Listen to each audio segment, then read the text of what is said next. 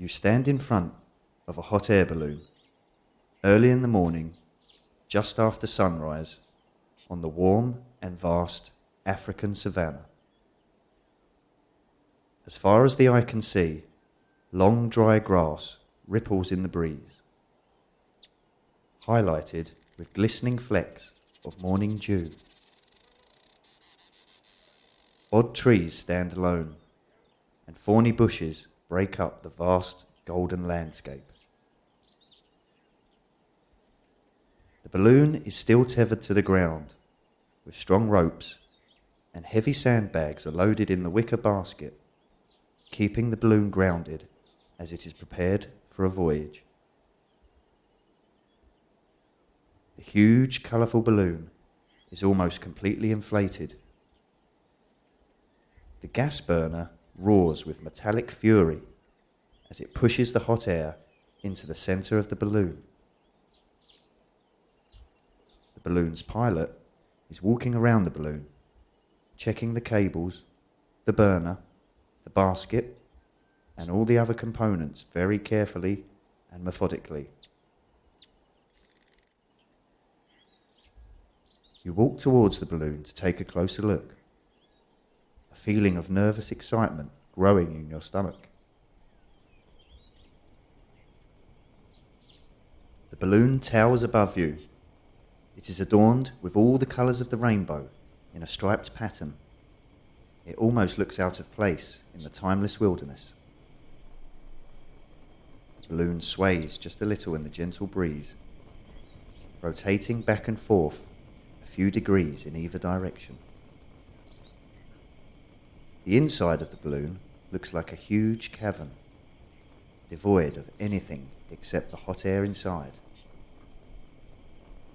Strong cables attach the balloon to the metal frame on top of the basket with sturdy-looking joints. The frame is shiny and polished steel and connects to each of the four corners of the basket securely. The burner is also made of metal, clean and new-looking, save for the scorched end where blue flames jet out in a constant motion. The basket is made of wicker, lightweight yet strong and stable. Brown in colour, the individual strands are woven tightly together. You can hear very small squeaks as the massive balloon starts to pull on the basket. The balloon is now ready, and the pilot invites you to climb into the basket. You step up on a small ladder, take hold of the frame on the corner of the basket, and swing your legs inside and down to the floor. The basket is surprisingly spacious, and you notice some storage boxes in the corners. The pilot smiles reassuringly and begins offloading the sandbags that are weighing you down. Once all the sandbags are off, the pilot presses on a button on the side of the burner. The flame increases and the basket begins to rise from the ground slowly. Ropes are still attached to the basket from the ground for now. Once all the ropes are tight, the pilot scans around the basket and balloon again, making his final checks. One by one, the ropes are removed from the basket, which jolts slightly each time. As the last rope is unfastened, the balloon jolts again softly, then begins to slowly rise into the air. Slowly, inch by inch, the balloon continues to rise gracefully. As you climb higher into the air, the distance you can see across the ground gradually increases. The balloon begins to drift to the east, towards the rising sun, which is still low in the sky. The sky itself is just a little hazy right now, but clearing every second in into a gorgeous sunny day.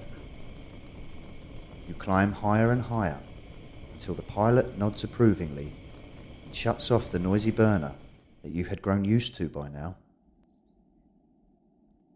As the burner's roaring stops, you are taken aback by the silence that now ensues.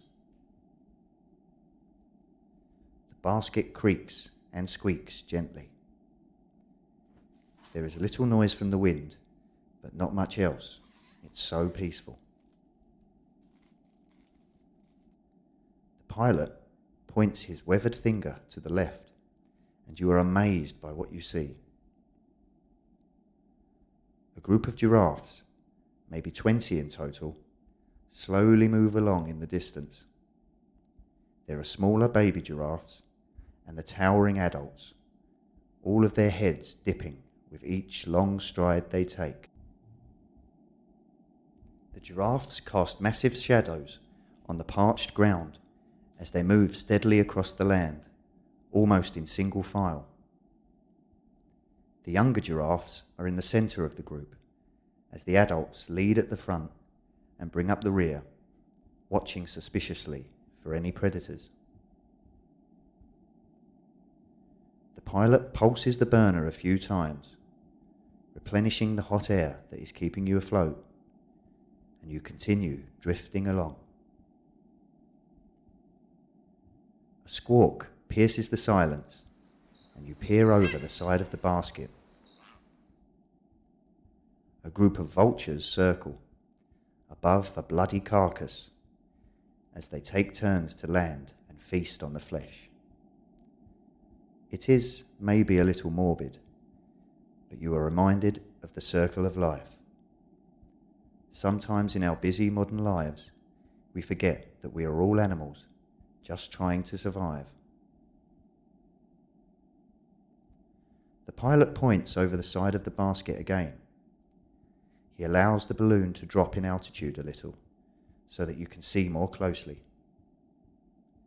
A dark smudge is moving across the savannah. A herd of wildebeests are on the move, kicking up a cloud of dust as they run. There must be nearly 100 of the powerful creatures. They are packed tightly together as a group and moving together as one. The wildebeests change direction without warning, and a few on the outside get separated from the main herd. These few rush back towards the others and rejoin the formation. As the balloon falls a little lower, you can see the reason for the herd's erratic and panicked motion. They are being pursued by a pair of cheetahs, barely visible for their camouflage. The cheetahs crouch low in the long grass, hiding downwind from the wildebeest, then rise like sprinters out of the blocks at the start of a race, reaching their unbelievable high speeds in short bursts before ducking down into the undergrowth again. The wildebeest lose sight of their foe and turn their heads frantically, looking for where the cheetahs will attack from next. But the balloon is losing too much height now, so the pilot starts firing the burner again as you pass over the ongoing pursuit below. Will all the wildebeest escape, or will the hungry cheetahs eat today, you wonder? You look all around and marvel at the sheer endless savannah that stretches out in every direction as far as the eye can see. There are some hazy mountains far off in the distance, where the sky meets the horizon, and all the colours of the sky and terrain fade and blend into each other. Again, the balloon drifts softly downwards a little. The pilot moves his hand towards the burner, but stops short. He has spotted something else, and squints his eyes, as if making sure he is not hallucinating. He nods his head affirmatively and a smile breaks out at the corners of his mouth. You follow his gaze, and as the balloon gets a little lower, you can make out a few large rock formations. The sandy colour almost the same as the dry grassland all around. You wonder what the fascination with these rocks may be. Surely they are quite bland compared to the wonders that you have already witnessed. Then, as you and the balloon drop a little more, all becomes clear. A pride of lions are resting on top of the rocks. You can make out the dominant male, standing triumphantly on the highest point, keeping watch over his harem of females. His majestic golden mane ruffles in the breeze. The females lounge around on their platforms, yawning occasionally. It is late afternoon now, and the lionesses must rest before they begin to hunt for food at dusk. Two cubs play together, tumbling and pouncing on each other. This play will serve as good training for when they mature and join the hunt themselves. As you pass by the lions, the pilot again presses the burner, more hot air rising into the canopy of the balloon. Ahead of you, a vibrant green tree line marks a change in terrain.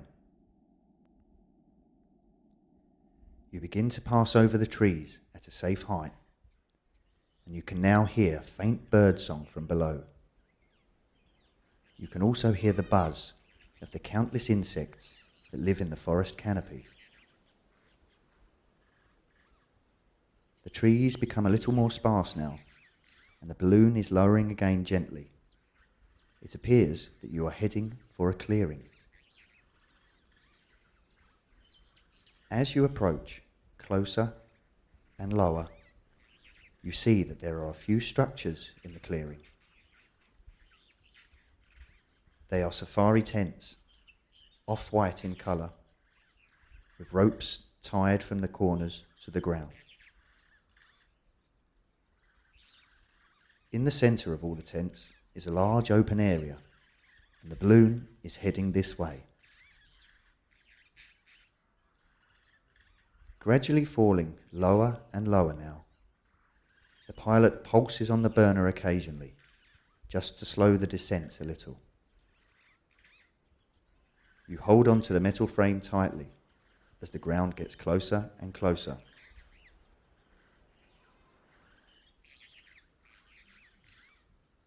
Then, with a bump, the basket meets the ground and bounces slightly a couple of times. Men swiftly move in and secure the basket with ropes and sandbags. You shake the pilot's hand and carefully climb out of the basket, back onto solid ground. Your knees are slightly weak, and an amazing, happy, peaceful feeling is growing inside you. You look around the tidy camp. The identical tents neatly set up, all facing the centre. There is a charred area of ground that you assume to be where the campfire will be. Torch lanterns are placed around the tents, which are being lit now as dusk begins to creep in. A smiling lady directs you to the nearest tent. This is where you will rest tonight. You draw back the door panel and step inside. You are now confronted by a mosquito net. You find the opening of the net and step inside again. A candle flickers inside a glass lantern, hanging from the centre of the ceiling, casting a warm, relaxing glow all around. A table and chair are on the right-hand side, and a surprisingly comfortable-looking bed on the left. You take off your shoes and lower your backside to the bed. The bed is even softer than at first you thought. You swing your legs around, flat out in front of you, and rest your head on the soft pillow. You close your eyes and rest your hands on your stomach, which rises and falls steadily with your relaxed, even breathing.